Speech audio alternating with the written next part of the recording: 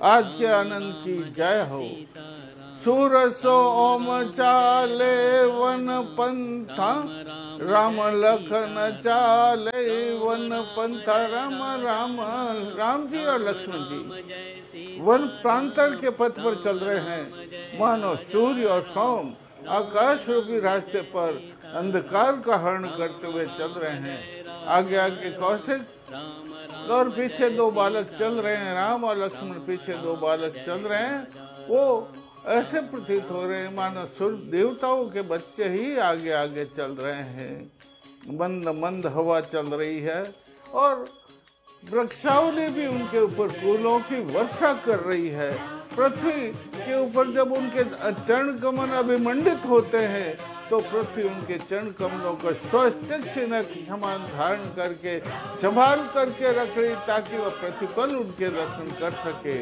आकाश पाताल और स्वर्ग के सब लोग श्री रामचंद्र जी का तृप्त होकर के दर्शन कर रहे हैं।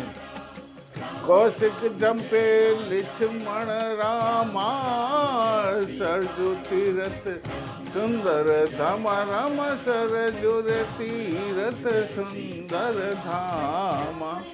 राम लक्ष्मण जी अयोध्या से 1.5 योजन दूर आ गए हैं। वहां से अयोध्या की सुंदर छटा दिखाई देती है।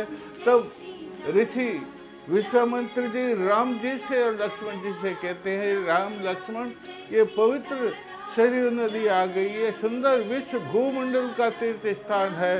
ये पवित्र स्थान है, इसलिए तुम दोनों भाई स्नान करके आओ और मैं तुम्हें ऐसी विद्या देता हूँ, शुद्धात्र साता से मिट जाई, जिससे भूख और प्यास मिट जाएगी। और तुम बृहस्पति के समान महाबुद्धि वाले बन जाओगे। किसी प्रकार का रोग दोष नहीं होगा और इस भूमंडल के अंदर अस्त्र शस्त्रों में तुम्हारी कोई क्षमता नहीं कर सकेगा। ऐसी विद्या मैं तुम्हें दे रहा हूँ। इसलिए दोनों बालक गए, सरयू नदी के अंदर उन्होंने स्नान किया और पद्मासन लगा करके दोनों भाई बैठ गए हैं। विश्वामित्र स्वस्ति वाचन कर रहे हैं दोनों बालकों को। बला अति बला विद्या दीनी, उन दोनों बालकों को पात्र समझ कर, योग्य पात्र समझ करके बड़ा और अति बड़ा नाम की विद्या जो विश्व में विश्वामित्र के अलावा किसी के पास नहीं थी, वह विद्या उन्होंने दोनों बालकों को प्रदान कर दी है। और उस विद्या के प्रभाव से दोनों बालक इतने ज्योतिमय हो गए हैं कि मानो सूर्य चंद्र और नक्षत्र मंडल ने ही उनसे ज्योति प्राप्त कर ली है। आकाश के अंदर तरशिखाओं पर तरशिखाएं लोहित हो चली है, लाल लाल हो चली है।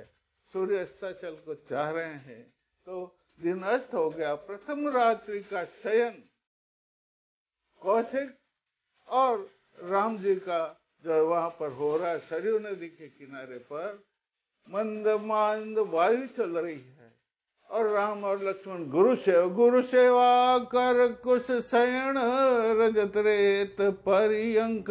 राम मर रजत रेत परियंक।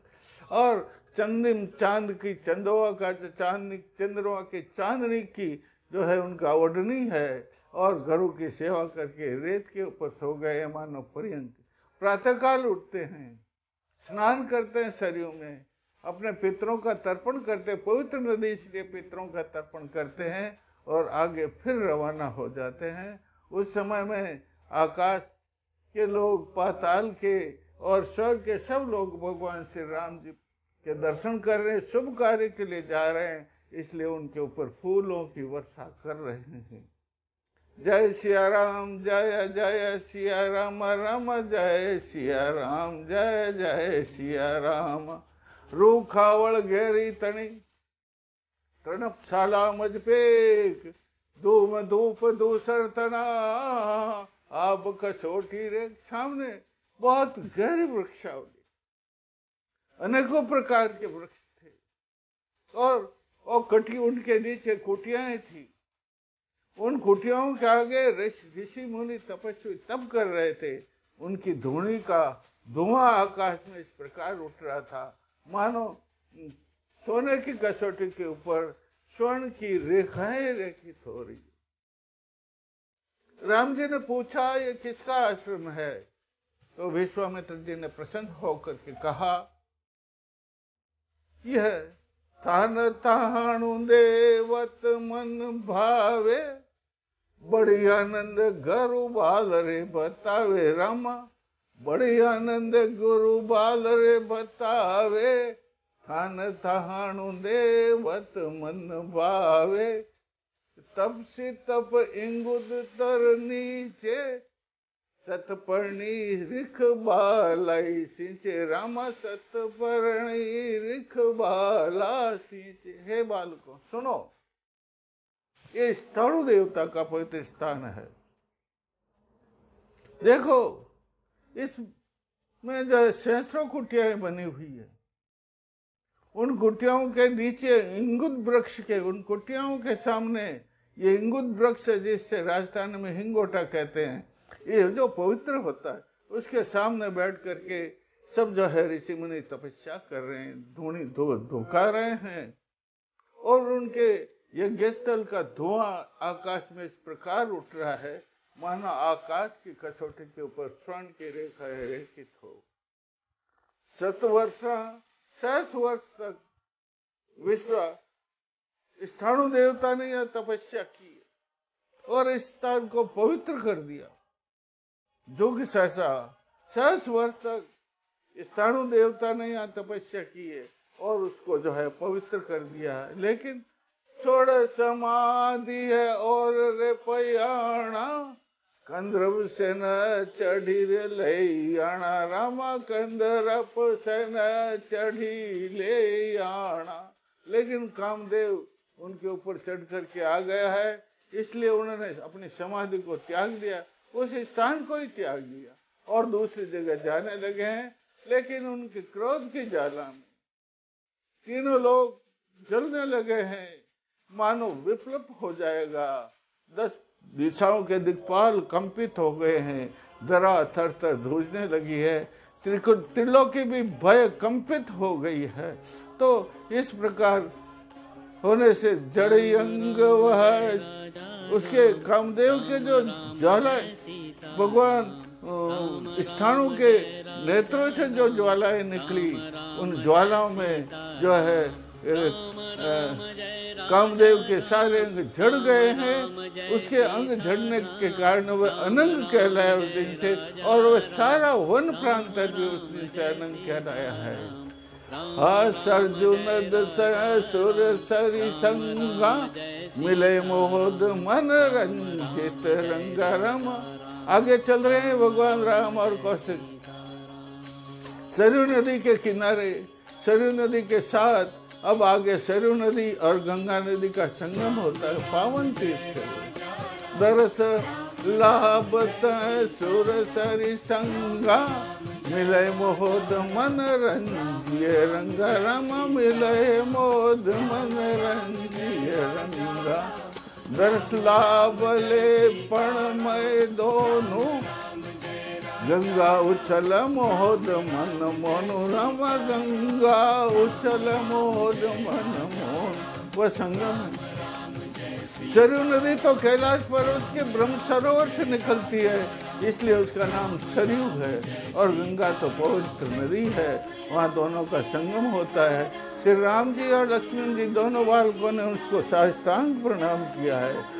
गंगा तो बड़ी प्रसन्न हो गई है, संगम देवता बड़े प्रसन्न हो गए हैं। महाभाग दर्शन में पाया, आगल जलम सुकरम कमाया। रमाया गम जलम सुकरम कमाया।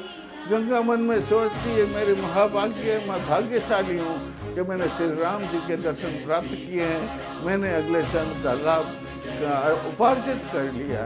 इस प्रकार जय सिया राम, जय जय सिया राम, जय सिया राम, जय जय सिया राम। जी उस आश्रम में प्रवेश करते हैं जहाँ करोड़ों वर्षों से ऋषि मुनि तपस्या कर रहे हैं, करोड़ों जो है कुटियाएं बनी हुई है।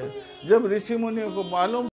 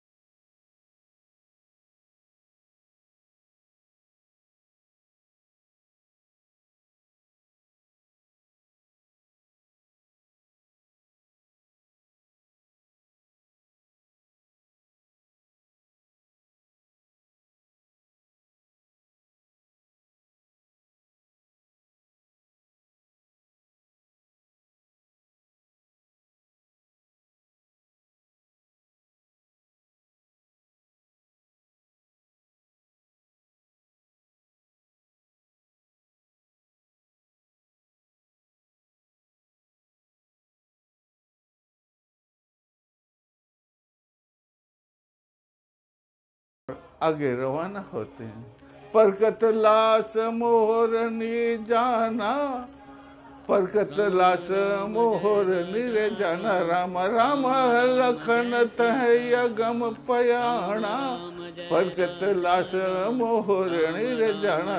राम जी और लक्ष्मण जी अब आगे बढ़ रहे हैं। उनके सामने प्रकृति तो इतनी प्रसन्न हो गई है, मानो बालों को देख करके मोरनी नृत्य करने लग जाती है। और सगन विटिप फल परस सुहाना, और सघन पेड़ छाए हुए हैं, साल बेर फल और बेर आदि सब जो है बहुत गहरा वृक्ष है। कज्जल वन की तरह वो कज्जल वन है, सूर्य की किरणें भी उसमें नहीं प्रवेश कर सकती, ऐसा वन प्रांतर वो है। लेकिन एकदम घटना घटित होती है। घुमट जुहुत गेंदा गन घूम